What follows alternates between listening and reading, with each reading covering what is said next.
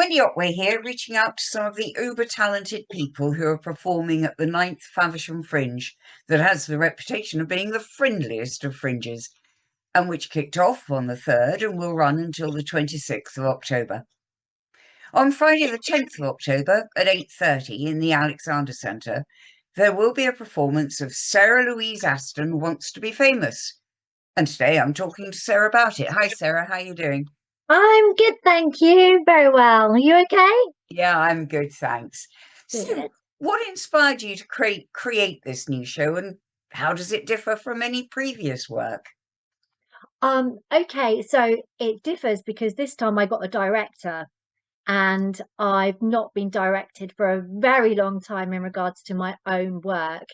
But I started to get back into stand-up a couple of years ago after a bit of a break. And I was working with Chris Head, who ended up being my director. And he's very well known on the circuit for doing comedy coaching and that kind of thing. And he'd been helping me with my gigs over the last 2 years. And then I said to him last year, I think I want to do a show, but I don't know how to go about it.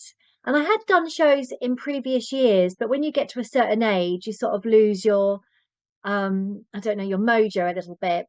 And anyway, cut a long story short, Chris said, well, let's try putting a show together. And all my stories that we've been working on were about because I'm an actress, so they were about going to auditions and just the situations I'd managed to get myself into, all based on true stories. And then there was a little bit of element, well, yeah, there was an element of love, of trying to find a guy, that kind of thing. So we sort of incorporated the two themes, the two topics into one. And then Chris just came out with the title, Sara Louise Aston Wants to Be Famous.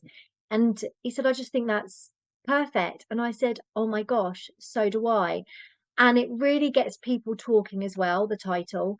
But yeah, so the what makes it different is I got a director because I do tend to sometimes I write things that I think are funny and nobody else does. Or I have to explain because my mind is quite abstract. So the punchline is there for me immediately, but when I explain it, there's actually quite a few layers that take you to the punchline. So it was all about speeding it up to the punchline a lot quicker. And that's where Chris sort of, yeah, helped me the most, I think.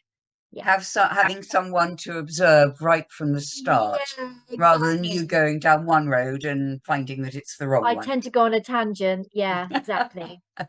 Yeah. You've given us a hint of what it's all about, but don't give us too many spoilers. What is Sarah Louise Aston Wants to Be Famous all about? It's a journey that started when most of the stories are about when I was in my 20s and in my late teens, and when this desire to want to be famous began really. And yeah, I talk about the auditions I've been to, the experiences I've had trying to get on TV, and also trying to find love on the way. One particular story, which I'll just talk briefly because I don't want to give too many spoilers, as you say. It was about when I went on a television dating show, and yeah, so putting love and then fame into one topic. Well, that was sort of the centerpiece, I guess, because it covered both of those elements. But yeah, just to clarify, it's about me when I was a lot younger. The thought of fame right now, I'm nearly 47, absolutely terrifies me. I'm a very anxious person and I do like my own space. So that's also an interesting question when people ask me, so you want to be famous? Well, no, come to my show and I will tell you the story of how I wanted to be famous, but now I don't. I just want to be established for being a great performer, writer, actress, and all those other things that go under into that, that industry. So, yeah. Okay, so I think your audience may sympathise with you. Yeah. Um, so what else might the Faversham audience get from this show? Why are they going to be interested in coming to see you?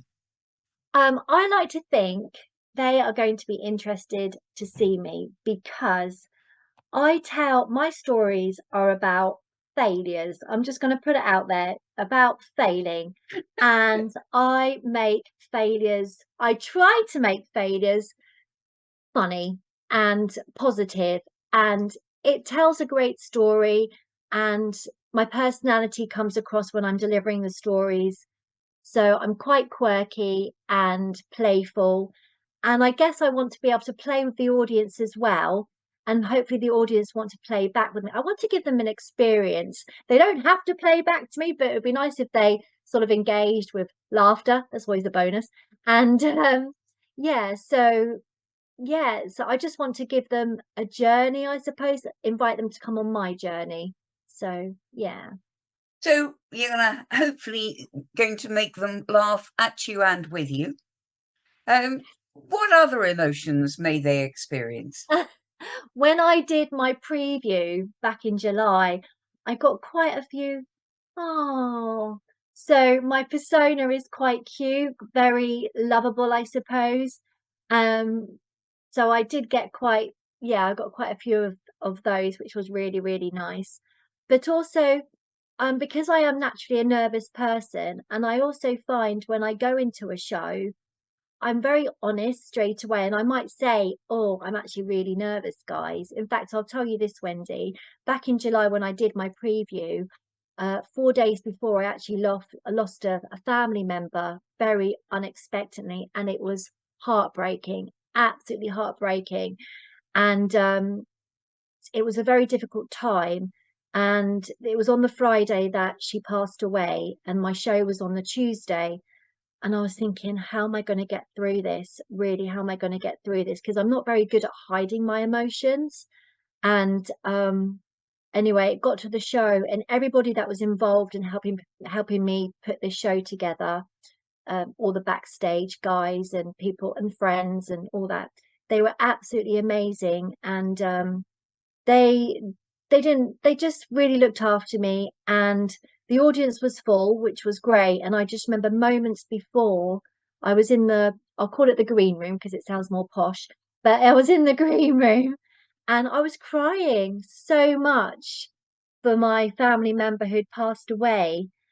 And I thought, Sarah, you've got this. And I went out to where the main stage was, and the MC was just coming to the end, and I went onto the stage, and I just said it how it was. And I said, guys, I'm just going to tell you, I'm really nervous. And I had some cousins in the front row, and they obviously knew the situation. And I'd said, look, if you see me struggling, can you just say, come on, girl, you've got this, just something. Well, I said I'm nervous, and the audience were like, oh, and there was this one lady in the front row. I don't even know who she was. And she said, don't be nervous. And I responded, oh, thank you. That's really good advice. And of course, the whole audience just roared with laughter. And then I said, oh, maybe I should get that on a tattoo. And then the audience just roared with laughter even more. So I just knew straight away I had the audience on my side. So I think it's important to me that I'm really honest, and then the audience will know, well, hope they'll react as natural as they feel that whatever I'm giving off. But it is a comedy show, just to say. So, laughter is also very good. Yeah. Very, very So appreciated. it sounds like determination and perseverance might be two things that your fringe audience will take Yeah. away from your performance, and they're going to laugh. Just to wrap up, what would you like the buzz to be as the audience is walking out of your show? I would like them to think, do you know what? There are things in life that are real struggles. And if they fail, then I will just make them into a funny story, and just kind of just take away the fact that life is funny. Even in the darkest times, you can always make something funny. So hopefully they'll just come out buzzing and probably thinking, what have I just seen? But in a good way. So yeah, I think that's probably what I would like for them to feel when they come out. Okay, Yeah. so if you like to go to a show and come out with a feel-good feeling, Mm. and having had a good laugh, then book your tickets for Friday the 10th of October at 8:30 in the Alexander online at favershamfringe.co.uk/what's-on, and ensure you and your friends catch Sara Louise Louise Aston Wants to Be Famous.